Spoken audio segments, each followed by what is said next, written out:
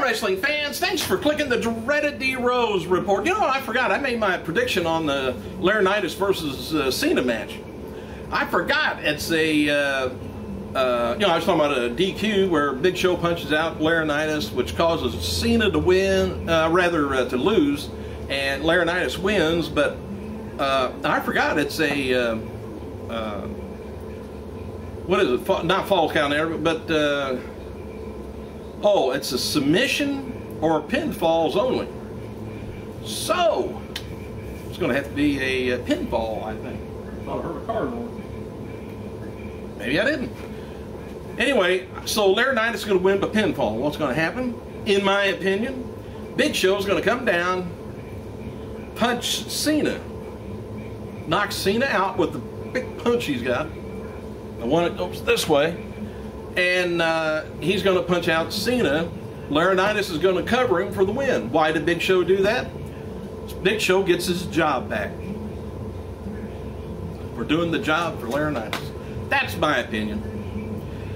Anyway, WWE is proud to celebrate a historic milestone with their partners at USA. WWE Chairman and CEO Vince McMahon said, "Our new 3-hour Raw represents the next generation in interactive television where our fans won't just watch the show, they will help create it."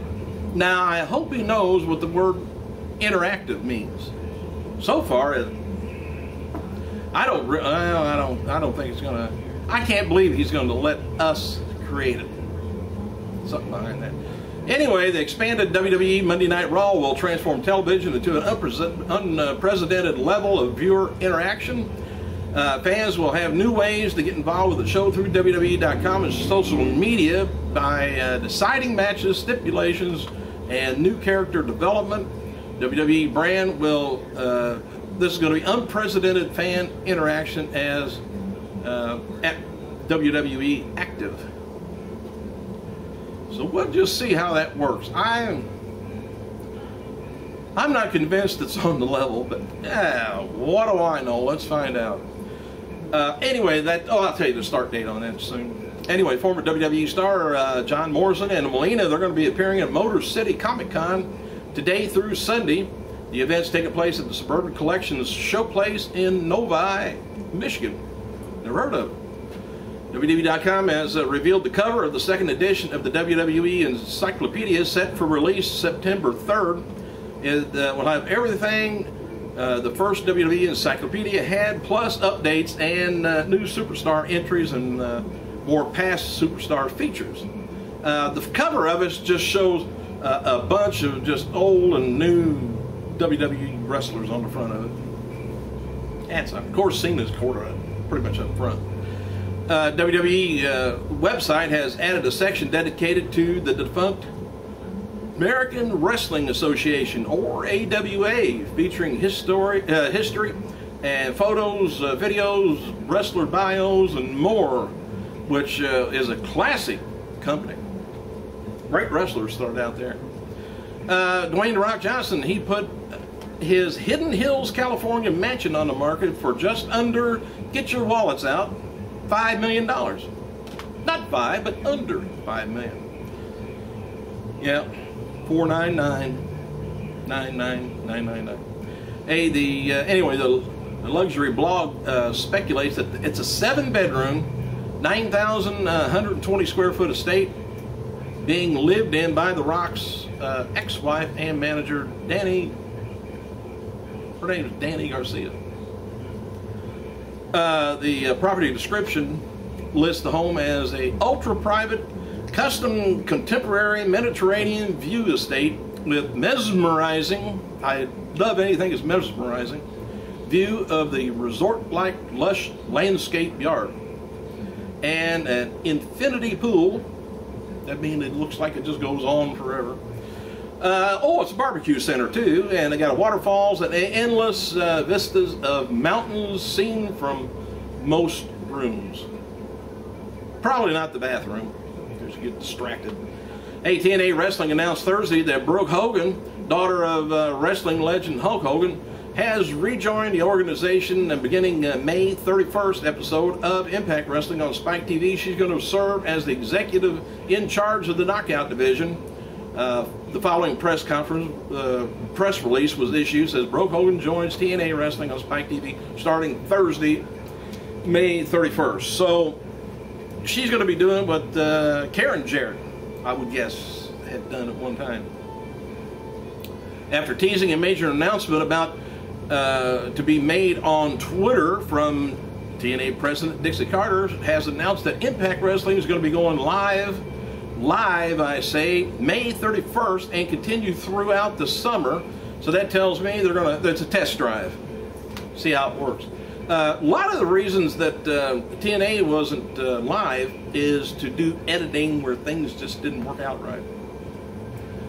In other words, botches. Botches happen, but I think really that's why SmackDown is still taped. The lesser coordinated wrestlers were over there. I don't know. Anyways, I don't want to get anybody mad at me. Hey, sparingly used X Division wrestler Anthony Nese was granted his TNA release Thursday. In an interview with the New York Times, in the interview, Christopher Shays listed some of the more distasteful episodes of WWE history, including husbands of Linda McMahon, Vince McMahon's penchant, I don't know why he calls it penchant, for dropping his trousers and underwear in the middle of the ring and having wrestlers kiss his bare buttocks they got on here. And it's known as the Mr. McMahon's Kiss My Ass Club. He says you're clearly not a conservative when you do those things, and you're clearly not a physical conservative when you spend $50 million so wastefully, says Shay, about Linda. Never heard Linda's response.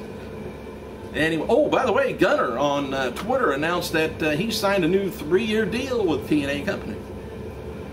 Birthdays, former ECW star Blue Meanie, 39 years old. WWE Hall of Famer Superfly Jimmy Snuka, 69, just about that 7-0. One-time WWF Tag Team Champion Gino Barreto, 71 years old, and former WWF Hardcore Champion Cynthia Bobcat Lynch, 41. And today would have been the birthday of two-time All-American, or rather All-Japan Tag Team Champion Gary Albright, would have been 49. And one-time WWF Tag Team Champion Moondog King would have been 63. And on this day in 2002, Wrestling World lost a two-time WWF European Tag Team Champion and Hardcore Champion, the British Bulldog Davey Boy Smith, at the age of only 39 years old. Hang on a second. All right, WWE Hall of Famer Tammy Lynn Cinch, or Sunny. She was a no-show at scheduled in-studio radio appearance for VOC Nation Wednesday afternoon in Philadelphia, Pennsylvania. The program host issued an apology during the broadcast and noted that Cinch had promised to appear just hours earlier. And a car was sent to her New Jersey residence to pick her up for the appearance, but no one would answer the door.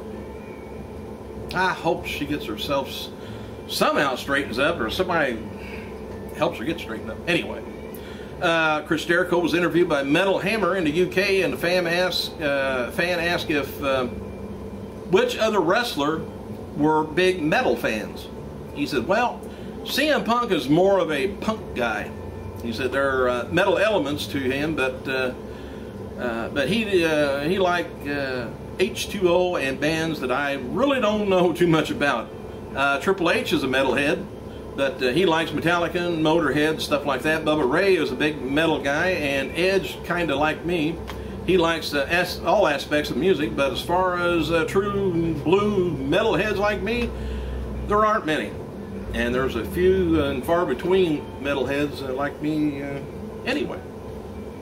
As noted yesterday, WWE website's got an article up speculating Chris Jericho would be leaving after Sunday's Over the Limit pay-per-view, and Jericho responded to the Twitter saying, hey, Alex Gigani said, here's a idea, shut off your effing mouth and stop spreading BS rumors. Well, we'll see. All right, a fan wrote to David Otunga on Twitter and said that TNA champion Bobby Roode demanding green M&Ms on Impact was copying Otunga when he hosted Raw. Otunga replied that the following. He said, "Hey, he's my fan," or a mark. Oh, by the way, when WWE goes 3 hours on Mondays, is that going to be an overload or not? Is that going to be too much? Is it going to be wonderful? Is it going to make people get up in the ring now, talk maybe even twice as long? Or will we have actually more wrestling? What do you think? I don't know, man. Jim Ross says airtime and network for the new WWE NXT will be are to be determined. And he wrote the following on about the tapes. It says FCW taped NX Thursday in Tampa as usual. NXT rebranded in Orlando. And I don't know how many of you guys air dates and everything to be announced. Great 12-hour day. So they did, I think, about 4 or 5 shows all at once. All right. Oh, fan asked Jim Ross why he's being demoted to doing NXT tapings at Full Sail University. And Ross said that's not a demotion. Not a demotion at all. I'm a team player. You should try it. WWE added Michael Cole's theme, "Never thought my life could be this good," to iTunes for downloads. Let's see if anybody other than him downloads it. All right, matches, well, let's see. ECW Original Blue, I told you about that too. Hey, WWE has added Shane McMahon and Stephanie McMahon to their alumni roster, which I thought they'd already been there. And as noted before, WWE has signed Ric Flair's daughter Ashley to a developmental deal, and she's expected to report to FCW Florida in July. Ashley has been training in North Carolina under the former WCW star Lodi to prepare herself for the developmental, and she recently broke her nose while training. Don't know where it was when she broke it, but something happened. And according to documents, John refers to Elizabeth, his wife, by her maiden name instead of her legal name. Elizabeth also claims John did not attach the prenup and that he was referenced to in the divorce filings. And Elizabeth also has issues with John claiming that there's no marital property. She insists that there is, and for these reasons that she wants the judge to dismiss the papers and force John to refile and do it right. Hey, I just got through, I forgot to tell you about this. Just got through watching this, I think it's called This Ain't the Avengers. It's a parody of the Avengers, which has got China in it, and she's all painted green, and oh, she ends up getting screwed in it. It's just awful. But anyway, I did get to see it, and I seen that. I haven't seen the whole thing yet because I've never watched the end of a movie like that all the way to the end of it. I just can't make it. Thanks for clicking, you guys. I gotta go.